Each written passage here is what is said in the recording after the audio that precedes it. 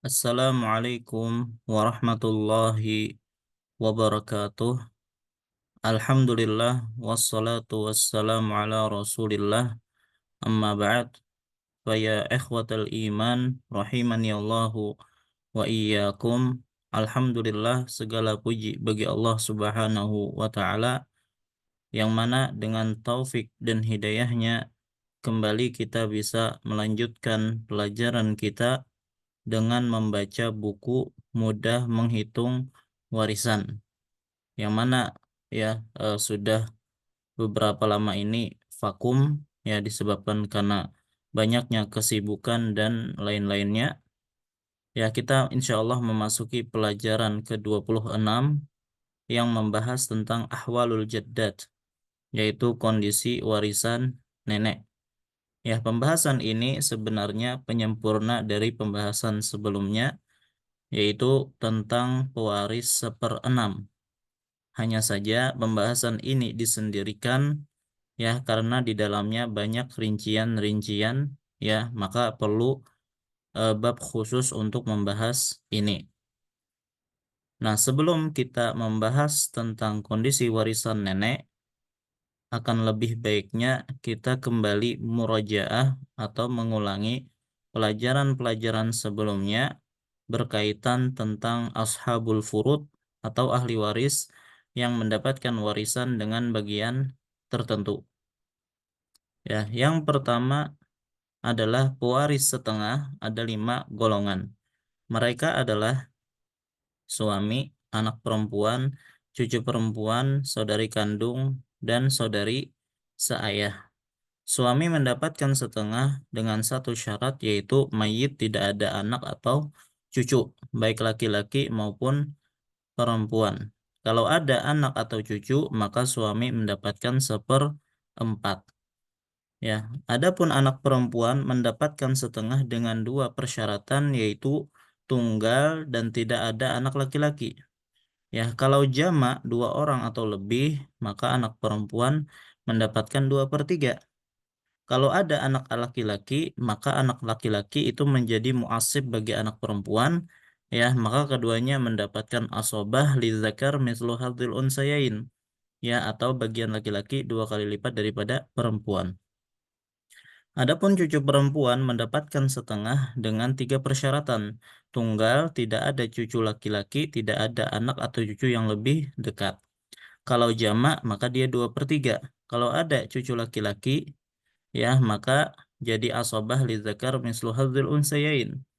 Ya, kalau ada anak atau cucu yang lebih dekat, kalau anak yang lebih dekat itu atau cucu yang lebih dekat itu laki-laki, maka cucu perempuan yang di bawahnya langsung mahjubah.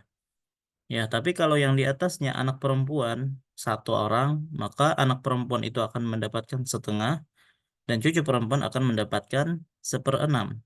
Ya, tapi kalau anak atau cucu perempuan yang di atas itu lebih dari 1, maka mereka mendapatkan 2/3, maka cucu perempuan yang di bawahnya akan gugur. Kecuali ada yang membantunya, yaitu cucu laki-laki yang sederajat dengan dia atau yang di bawah dia. Ya.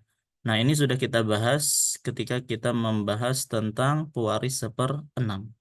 Kemudian saudari kandung mendapatkan setengah dengan 4 persyaratan tunggal. Tidak ada saudara kandung, tidak ada anak atau cucu, tidak ada ayah atau kakek. Kalau dia jamak, maka mendapatkan 2/3. Kalau ada saudara kandung menjadi asobah, laki-laki 2 kali lipat daripada perempuan. Kalau ada anak atau cucu, dan anak dan cucu ini adalah laki-laki, maka dia langsung mahjubah. Kalau anak atau cucu ini perempuan, akan datang pelajarannya insya Allah. Kalau ada ayah atau kakek, maka saudari kandung langsung mahjubah. Dan saudari seayah mendapatkan setengah dengan 5 persyaratan tunggal, tidak ada saudara seayah, tidak ada anak atau cucu, tidak ada ayah atau kakek, tidak ada saudara atau saudari kandung. Kalau jamak, maka 2/3. Kalau ada saudara seayah, maka asobah lidzakar mislu hadzil unsayain, laki-laki 2 kali lipat daripada perempuan. Kalau ada anak atau cucu, ya, dan anak atau cucu kalau laki-laki, maka langsung mahjubah saudari saya, ya. Tapi kalau dengan perempuan akan datang pelajarannya insya Allah. Kalau ada ayah atau kakek, maka saudari saya langsung mahjubah. Kalau ada saudara kandung ya dari kalangan laki-laki, maka saudari seayah itu akan mahjubah. Adapun kalau dengan saudari kandung, kalau saudari kandung cuma satu, ya maka saudari kandung mendapatkan setengah dan saudari seayah 1/6 sebagai pelengkap 2/3. Tapi kalau saudari kandungnya lebih dari satu yang sudah mendapatkan 2/3, maka saudari seayah akan mahjub. Kecuali kalau ada yang membantunya yaitu saudara seayah. Nah ini mirip seperti cucu perempuan tadi ya. Baik, dan ini juga sudah kita bahas pada pewaris 1/6. Baik. Kemudian pewaris 1/4 ada dua golongan. Mereka adalah suami dan istri satu orang atau lebih. Nah, suami mendapatkan 1/4 dengan syarat ada anak atau cucu mayit, yaitu istri. Ya, kalau tidak ada anak, tadi sudah kita bahas, suami mendapatkan setengah. Yang kedua adalah istri satu orang atau lebih dengan syarat tidak ada anak atau cucu mayit, yaitu si suami. Bagaimana kalau suami atau si mayit punya anak? Nah, maka pembahasan pewaris 1/8 ada satu golongan, yaitu istri satu atau lebih, dia mendapatkan 1/8 kalau mayit punya anak atau cucu, baik laki-laki maupun perempuan. Baik, adapun pewaris 2/3 ada 4 golongan, ya, yaitu jamak dari anak perempuan, jamak dari cucu perempuan, jamak dari saudari kandung, dan jamak dari saudari seayah. Ya, dan kalau kita perhatikan mereka ini juga pewaris setengah, ya, selain suami. Ya, maka untuk syarat 2/3 itu sama persis dengan syarat setengah. Ya, kecuali syarat yang pertama yaitu yang pada bab pewaris setengah harus tunggal, sementara pewaris 2/3 harus jamak, dan jamak dalam ilmu faraid mulai dari dua dan seterusnya. Jadi syaratnya situ sama persis kecuali syarat yang pertama harus jamak. Syarat kedua sama, tidak ada anak laki-laki. Cucu perempuan harus jamak, tidak ada cucu laki-laki, tidak ada anak atau cucu yang lebih dekat. Saudari kandung jamak, tidak ada saudara kandung, tidak ada anak atau cucu, tidak ada ayah atau kakek, dan saudari seayah jamak, tidak ada saudara seayah, tidak ada anak atau cucu, tidak ada ayah atau kakek, tidak ada saudara atau saudari kandung. Baik, kita berpindah ke pewaris 1/3. Ada dua golongan, yaitu ibu dan jamak dari saudara atau saudari seibu. Ibu mendapatkan 1/3 dengan 3 syarat. Tidak ada anak atau cucu. Kalau ada anak atau cucu, baik laki-laki kah atau perempuan kah, maka ibu dapat 1/6. Tidak ada jama dari saudara atau saudari. Ya, saudara atau saudari di sini adalah baik kandung, seayah atau si ibu. Ya, jadi tidak ada jama dari saudara atau saudari. Kalau ada jama, baik eh, yang kandung kah, yang apa namanya seayah atau seibu kah. Kalau terkumpul di antara mereka dua orang saja, maka ibu akan mendapatkan 1/6. Kalau cuma satu tidak masalah. Yang ketiga bukan salah satu kasus Ummariyatain, ya, yaitu kasus yang terkumpul suami ibu ayah atau istri ibu ayah. Maka kalau termasuk salah satu kasus Ummariyatain, maka ibu mendapatkan 1/3 sisa, ya. Silahkan dibuka kembali pelajaran berkaitan tentang warisan 1/3, yaitu ibu, ya, yaitu kasus Ummariyatain. Baik. Adapun yang kedua, jamaah dari saudara atau saudari seibu mendapatkan 1/3 dengan 3 syarat, tidak ada anak atau cucu, baik laki-laki maupun perempuan. Kalau ada anak atau cucu, baik laki-laki ataupun perempuan, maka saudara-saudari seibu langsung mahjub. Tidak ada ayah atau kakek. Kalau ada ayah atau kakek, maka mereka langsung mahjub. Dan jamak artinya harus dua orang atau lebih, baik dia laki-laki atau perempuan. Ya, untuk saudara-saudari seibu itu tidak dibedakan antara laki-laki dan perempuan. Jadi harus jamak minimal dua orang. Ya, kalau cuma tunggal, artinya kalau cuma satu orang, maka nanti dia dapat 1/6. Adapun pewaris 1/6 itu ada tujuh golongan. Mereka adalah ayah, kakek, ibu, nenek, cucu perempuan satu orang atau lebih, saudari seayah satu orang atau lebih, dan saudara atau saudari seibu. ayah mendapatkan seperenam dengan syarat ada anak atau cucu laki-laki. Kalau anak itu adalah perempuan, maka ayah nanti dapat seperenam tambah sisa. Kalau tidak ada anak sama sekali, maka ayah akan mendapatkan asobah atau sisa. Kakek, ya syaratnya ada anak atau cucu laki-laki. Ya, kalau ada anak atau cucu perempuan seperenam, kalau tidak ada, maka asobah atau sisa. Tidak ada ayah, kalau ada ayah maka kakek mahjub. Kemudian ibu, ya, mendapatkan seperenam dengan salah satu dari dua syarat ini. Baik ada anak atau cucu laki-laki atau perempuan, ibu dapat seperenam. Atau ada jamak dari saudara atau saudari, ya baik kandung, saya ataupun seibu. Ya, dan tidak disyaratkan harus terkumpul dua syarat ini. Salah satunya itu sudah cukup menjadikan ibu mendapatkan seperenam. Adapun nenek, ya syaratnya tidak ada ibu. Kalau ada ibu, maka nenek mahjub atau mahjubah. Nah, pembahasan nenek lebih rincinya akan kita pelajari setelah ini, insya Allah. Kemudian cucu perempuan satu orang atau lebih akan mendapatkan seperenam dengan syarat ada anak perempuan atau ada satu anak perempuan yang mendapatkan setengah. Jadi kalau ada anak perempuan satu orang mendapatkan setengah dan bersamanya ada cucu perempuan baik satu orang atau lebih, maka cucu perempuan itu akan mendapatkan seperenam sebagai penyempurna 2/3. Ya, dan juga tidak ada cucu laki-laki. Kalau ada cucu laki-laki, maka menjadi asobah, nggak jadi dapat seperenam. Ya, lidzakar mislu hadzil unsayain, laki-laki dua kali lipat daripada perempuan. Adapun saudari seayah satu orang atau lebih mendapatkan seperenam dengan syarat ada satu saudari kandung yang mendapatkan setengah. Ya, jadi kalau ada saudari kandung setengah dan bersamanya ada saudari seayah baik satu orang atau lebih, maka saudari seayah atau satu orang atau lebih ini mendapatkan seperenam sebagai penyempurna 2/3. Ya, kemudian tidak ada saudara seayah. Kalau ada saudara seayah, maka menjadi asobah lidzakar mislu hadzil unsayain. Baik, dan yang terakhir saudara atau saudari seibu mendapatkan seperenam dengan syarat tidak ada anak atau cucu. Kalau ada anak atau cucu, baik laki-laki ataupun perempuan, mereka mahjubah atau mahjubun. Kalau kemudian tidak ada ayah atau kakek. Kalau ada ayah atau kakek, maka mereka langsung mahjub dan yang terakhir tunggal. Ya, itu satu orang baik saudara atau saudari seibu. Ya, kalau jamak tadi kita sudah sebutkan mereka mendapatkan 1/3. Wallahu a'lam. Baik, kita masuki pelajaran yang baru. Nah, untuk mempersingkat waktu kita skip saja untuk matan rohabiyah. Silahkan antum baca sendiri ya.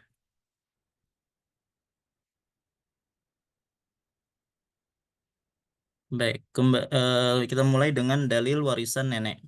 Dari Kubaisah bin Zu'aib, ia berkata, seorang nenek datang kepada Abu Bakar radhiyallahu anhu menanyakan tentang warisannya.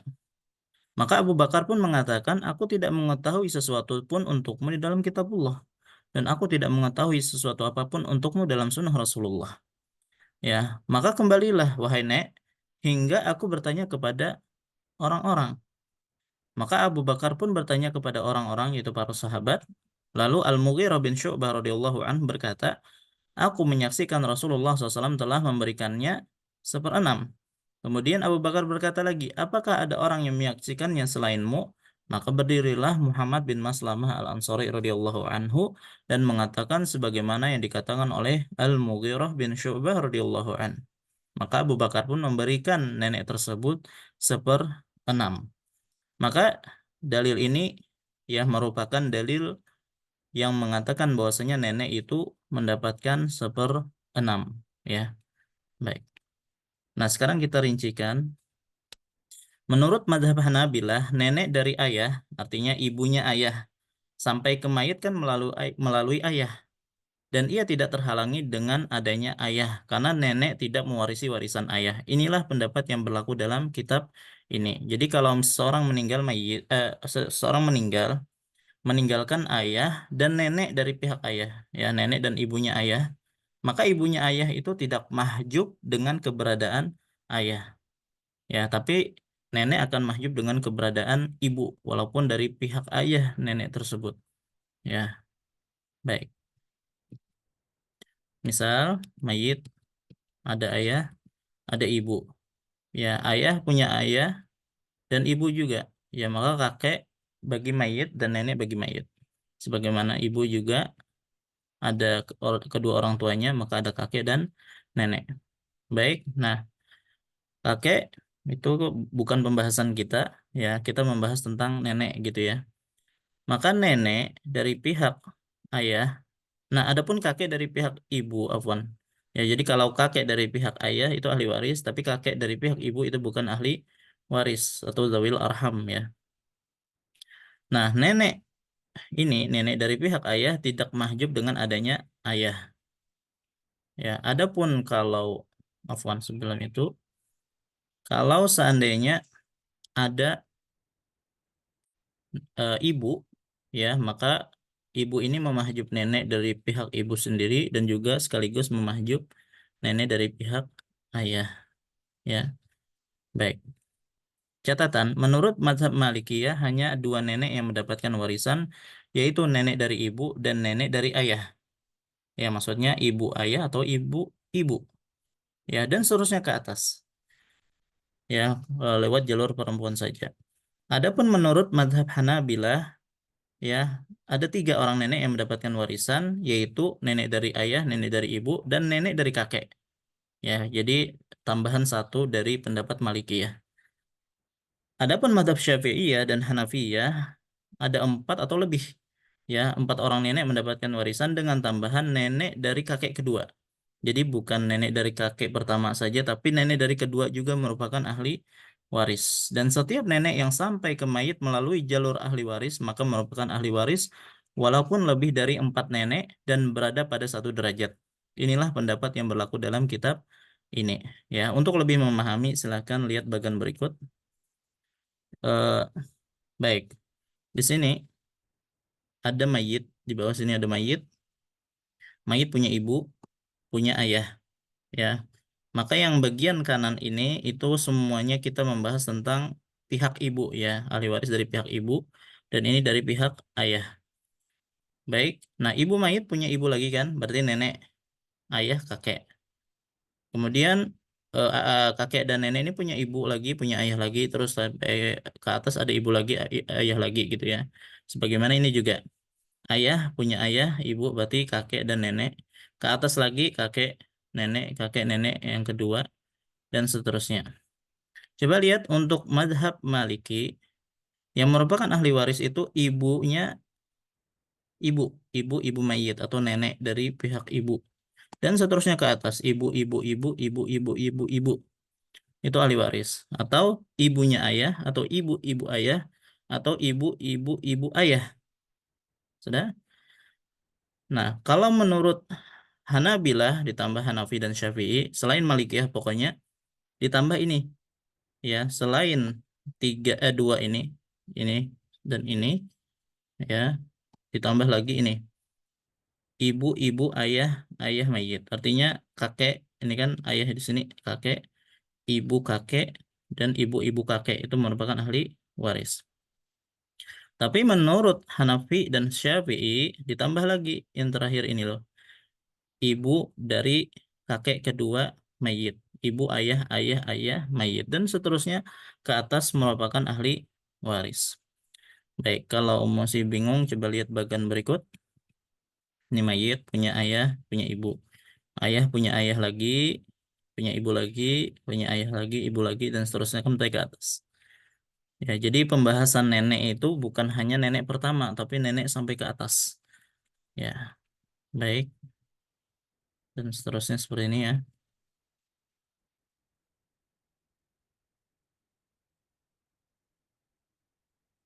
Baik. Nah, coba yang ini itu ada kakek nenek. Dan itu kakek nenek pertama ya. Ayah ayah mayit, ibu ayah mayit atau ayah ibu mayit, ibu ibu mayit. Ya, dan ayah yang bagian hijau ini, maka itu kakek, bukan pembahasan kita sebenarnya. Ya, tapi ini ahli waris kalau dari pihak ayah. Tapi kalau kakek dari pihak ibu, ya, pokoknya yang putih tidak ada warnanya itu bukan ahli waris. Ya, maka itu bukan ahli waris. Yang ungu itu yang merupakan ahli waris. Jadi ibu ini berarti nenek pertama ya dari pihak ayah ataupun dari pihak ibu, keduanya adalah ahli waris. Atau ke atasnya lagi ya, itu kakek ya, yang warna hijau itu kakek kedua. Ya, adapun yang warna ungu itu nenek kedua yang merupakan ahli waris. Adapun yang putih saja yang tidak ada warnanya itu bukan ahli waris. Nah, ini adalah nenek kedua. Ke atasnya lagi ya, yang warna hijau itu kakek ketiga. Adapun yang ungu itu adalah nenek ketiga. Baik, nah itu merupakan ahli waris ya. Adapun yang putih itu bukan ahli waris. Baik. Nah, menurut siapa tadi? Maliki ya, yang merupakan ahli waris itu cuma ini ya, nenek-nenek yang ada apa namanya panah merah itu saja menurut Maliki ya. Tapi kalau menurut Hanabilah ditambah lagi ya satu, yaitu nah yang tambahannya, kalau menurut Hanafiyah dan Syafi'iyah ditambah lagi yang terakhir itu ya, dan seterusnya ke atas. Dan inilah pendapat yang kita ambil, yaitu pendapat Hanafiyah dan Syafi'iyah yang mengatakan semua nenek ya selama sampainya kepada mayit melalui ahli waris maka merupakan ahli waris. Baik itu nenek pertama, kedua, ketiga dan seterusnya ke atas. Baik, tabel kondisi warisan nenek. Nenek dari ibu atau ibu-ibu mayit, nenek dari ayah, ibu ayah mayit. Nenek apabila sendirian dari pihak manapun walaupun jauh ke atas dengan jalur perempuan maka ia mendapatkan seperenam. Jadi nenek kalau hidup ya maka dia akan mendapatkan seperenam ya kalau dia sendirian. Ya, baik nenek tersebut yang ini atau yang ini, ibu ibu atau ibu ayah, ibu-ibu ibu atau ibu-ibu ayah, atau ibu ayah ayah, atau ibu-ibu ibu-ibu mayit, atau ibu-ibu ayah mayit, atau ibu-ibu ayah-ayah mayit, atau ibu ayah-ayah mayit. Ya, semuanya kalau ada salah satu di antara mereka yang masih hidup, maka dia mendapatkan seperenam.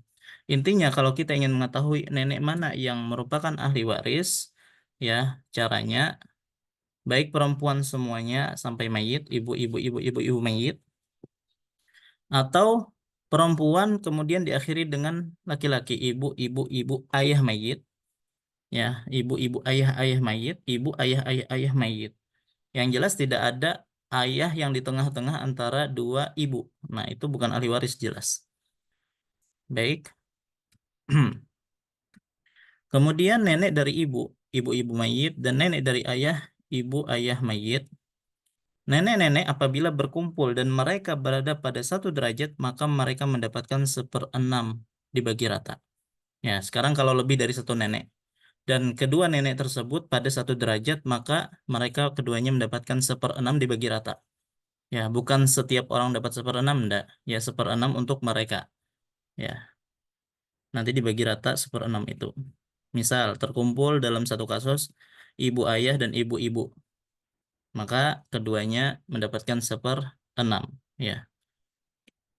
Atau ibu ayah-ayah atau ibu-ibu ayah dan ibu-ibu-ibu ada semuanya. Maka mereka mendapatkan seperenam.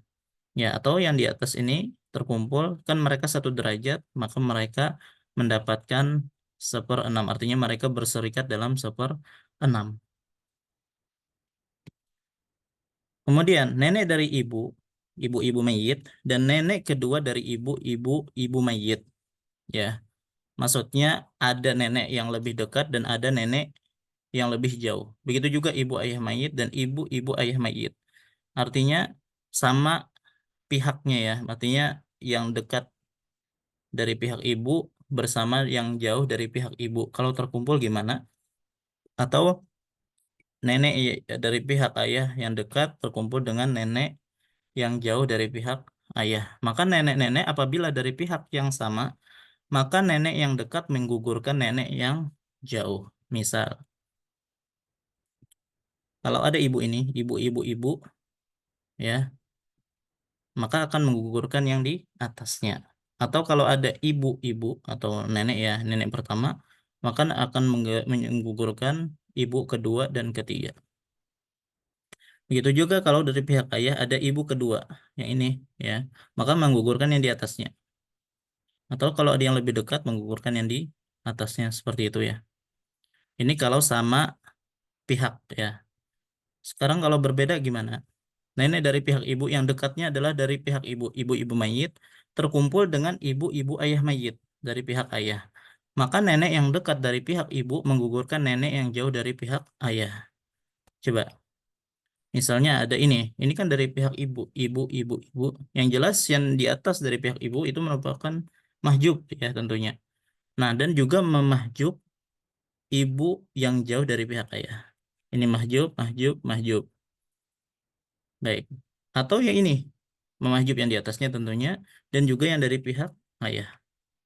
Baik. Nah, ini kalau yang dekat adalah dari pihak ibu, yang jauh dari pihak ayah. Sekarang kalau kebalikannya gimana? Yang tadi adalah apa namanya ijma di kalangan para ulama. Artinya yang dekat dari pihak ibu memahjub yang jauh dari pihak ayah.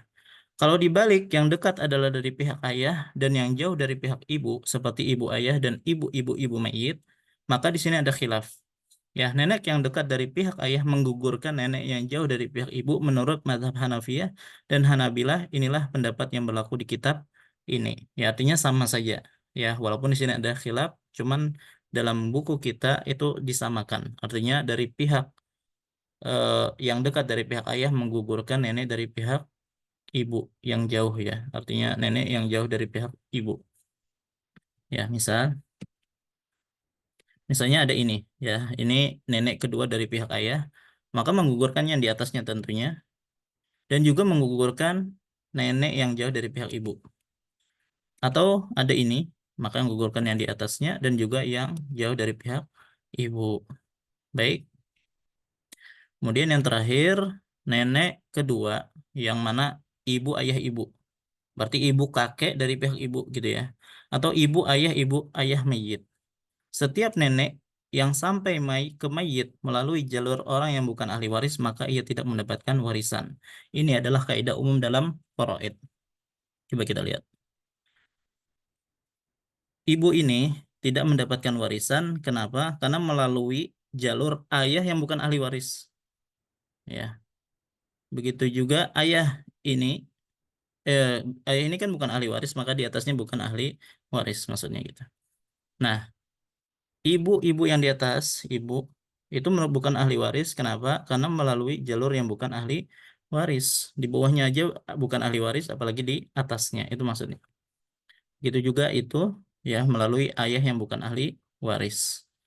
Ya, seperti itu. Jadi kalau ada seseorang sampai kepada mayit melalui jalur orang yang bukan ahli waris, maka jelas dia bukan ahli waris. Wallahu a'lam. Baik. Nah, sekarang kita menjawab soal.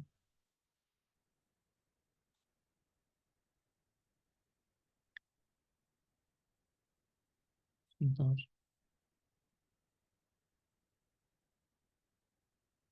sebentar ya.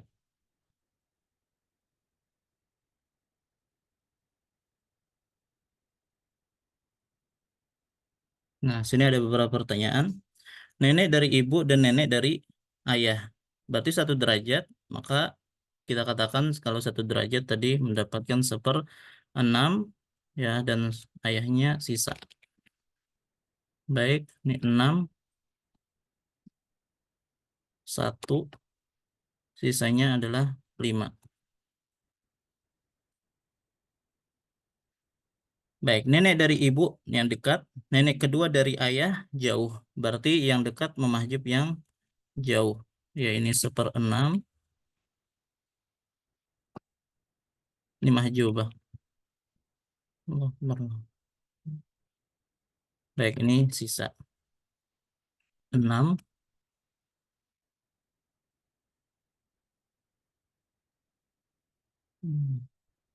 Dan di sisanya 5. Baik. Nenek dari ayah ini dekat, maka ini 1/6. Dan nenek kedua jauh, berarti mahjub. Jadi pokoknya nenek yang dekat memahjub yang jauh. Ayah sisa 1.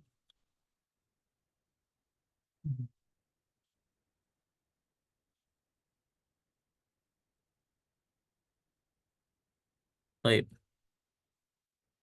Kemudian ini misal 4, ada ibu-ibu mayit, nenek ketiga, ibu-ibu ayah mayit, nenek ketiga juga, ibu-ibu ayah mayit juga nenek ketiga, ibu ayahnya kakek, ibu ayah mayit juga nenek ketiga.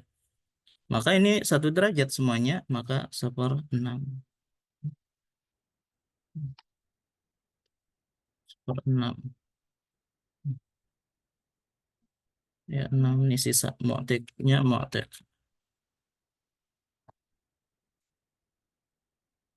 Baik, ini 1/5.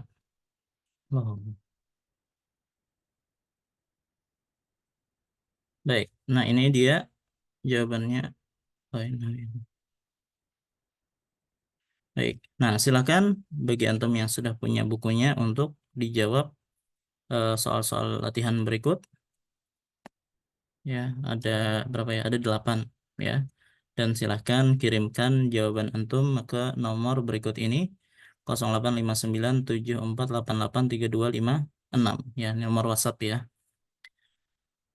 Baik, nah inilah pelajaran tentang ahwalul jaddad.